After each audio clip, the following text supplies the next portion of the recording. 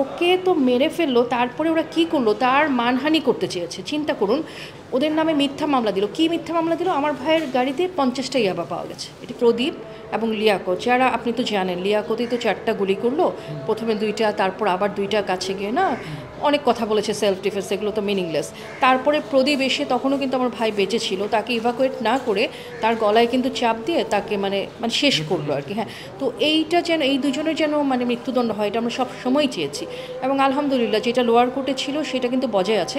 পুরো বাংলাদেশের জনগণ কিন্তু সিনহার পাশে এসে দাঁড়িয়েছিল। হ্যাঁ, এবং এইটা কিন্তু একটা বড় ব্যাপার ছিল, কারণ একটা সরকার এখন অনুকূল প্রতিকূল যদি বলেন, সে তো নিজের সেফটিও এখানে দেখবে কিছুটা, যে নিজের যে একটা ভালো জায়গায় যেন থাকতে পারে, মানে ওটাকে আসলে এতটা ইগনোর করতে পারতো না গভর্নমেন্ট। মানে এটা তো প্রমাণ আছে, এবং আপনার 150-200 জন মানুষ কিন্তু ওই সময় ছিল স্পটে। এবং এখন যদি বলেন যে কেন ওনারা এগিয়ে আসতো না, ওনারা কেন নিয়ে গেলো না হসপিটালে, কীভাবে এগিয়ে আসবে? মানে বন্দুক উঁচু করে তো বলা হচ্ছে যে কেউ আসবে না সামনে, তাহলে তোমার কেউ তো আর চাবে না তার জীবনটা দিতে। অসংখ্য আই উইটনেস ছিল। আমার ভাই এখানে পড়েছিল, তার আশেপাশে 150-200 জন আই উইটনেস, কাছে দূরে, মসজিদের কাছে, মসজিদের ইমাম।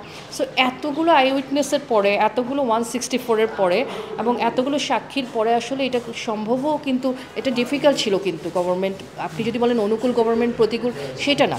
আপনি যখন উইটনেসগুলো দিচ্ছেন, সবগুলো জিনিস দিচ্ছেন, এটা যখন আসলে ভিকটিমের পক্ষেই যাচ্ছে, তখন তো আসলে আপনি চাইলেও যদি এটাকে ইগনোর করেন, তাহলে তো মানে এটা একদম অন্যরকম হয়ে যায় ব্যাপারটা। হ্যাঁ, সো এই জিনিসটা আমাদের একটা ছিল, যে মানুষের ভালোবাসা পেয়েছে। আমার সবচেয়ে খারাপ যে জায়গাটা লেগেছিল, যে আমার ভাই হচ্ছে, ওর জন্য সততা, মানবিকতা, সাহস, এগুলো ছিল ওর মোটো জীবনের। হ্যাঁ, কিন্তু ওকে তো মেরে ফেললো, তারপরে ওরা কি করলো, তার মানহানি করতে চেয়েছে। চিন্তা করুন, আপনার 3টা মিথ্যা মামলা দিয়েছে ওর নামে। সিফাত যে ছিল ওর সাথে, রাজসাক্ষী যে ছিল পাশের সিটে বসা, ওদের নামে মিথ্যা মামলা দিল। কি মিথ্যা মামলা দিল? আমার ভাইয়ের গাড়িতে 50টা ইয়াবা পাওয়া গেছে। এটা কীভাবে সম্ভব?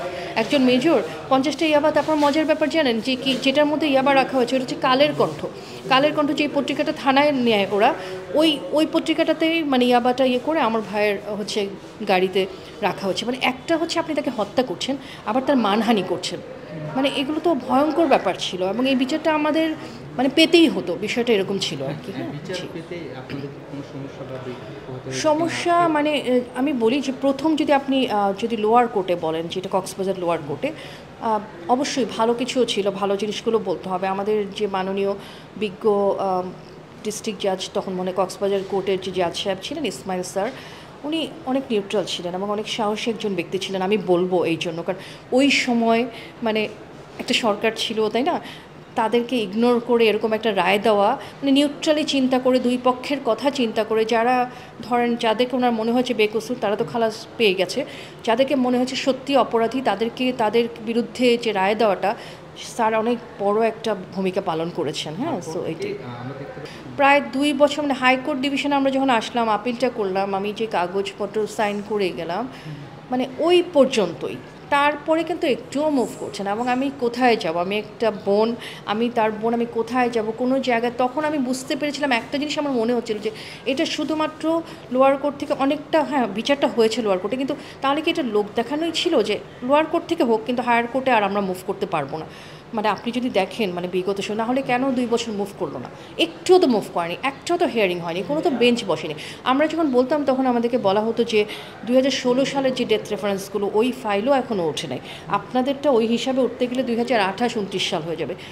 আপনি তো সাধারণ কেসের সাথে এটাকে মেলাতে পারবেন না। এটা একটা বহুল আলোচিত একটা কেস, এবং এটা হচ্ছে মেজর সেনাবাহিনীর একজন গর্বিত অফিসার, তাই না, দেশমাতৃকার কৃতি সন্তান, তার কেস। সেটার সাথে যদি আপনি সাধারণ কেসকে মিলিয়ে ফেলেন, যে তখন আমাদেরকেই মানে বিভিন্ন দেখানো হতো যে না, আপনারা 2028 আগে তো উঠবেই না এটা হাইকোর্টে। হ্যাঁ, সো আশা হতে হতে আল্লাহর কাছে সবসময় দোয়া করতাম যে আল্লাহ, আমার ভাই তো সত্য এবং ন্যায়ের পক্ষে ছিল, এবং সে তার জীবন দিয়ে অসংখ্য মানুষের জীবন কিন্তু ওখানে সেভ করে গেছে। তুমি তার সহায় হও, তার সম্মানে রক্ষা করো। এবং আল্লাহ সামহাও আলহামদুলিল্লাহ আজকে এই রায়ের মাধ্যমে আল্লাহ তার সম্মানটাই রক্ষা করলেন, আল্লাহ আমাদের সহায় হলেন।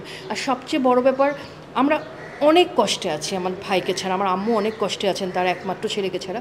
সবচেয়ে ভালো যে ব্যাপারটা ভালো লাগে মন থেকে, যে আমার ভাইয়ের এই মৃত্যুর পরে কিন্তু কক্সবাজারে, শুধু কক্সবাজারে না, পুরো বাংলাদেশেই বলতে গেলে ক্রসফায়ার একদম কিন্তু জিরো হয়ে গেছিলো। ইভেন ওই সময় মানে বিগত সরকারের সময় ক্রসফায়ার যদি আপনি দেখেন নাই বলতে গেলে একদম নীল হয়ে গেছিলো, যেখানে প্রতিদিন ক্রসফায়ার হতো। সো একজন সিনহা কিন্তু তার জীবন দিয়ে এত অগণিত মানুষকে বাঁচিয়ে গেলেন, সেটা আমাদের জন্য একটা গর্বের কারণ। আর আজকে এই রায়ের মাধ্যমে আলহামদুলিল্লাহ আল্লাহর কাছে আমরা কৃতজ্ঞতা প্রকাশ করছি, এবং সবাই যারা এই প্রসেসটাতে আমাদেরকে সাহায্য করেছেন, এত নাম তো আমি বলতে পারবো না, সবার কাছে কৃতজ্ঞতা।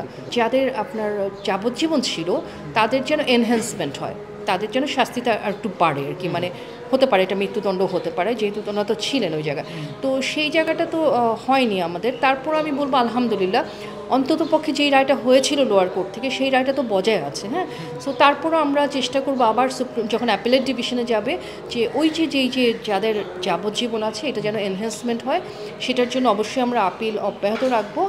আর আজকের রায়ে আজকে পর্যন্ত আমরা সন্তুষ্ট আলহামদুলিল্লাহ, কিন্তু পরবর্তীতে আরও দেখার বিষয় আছে অ্যাপেলেট ডিভিশনে কী হবে সেটা।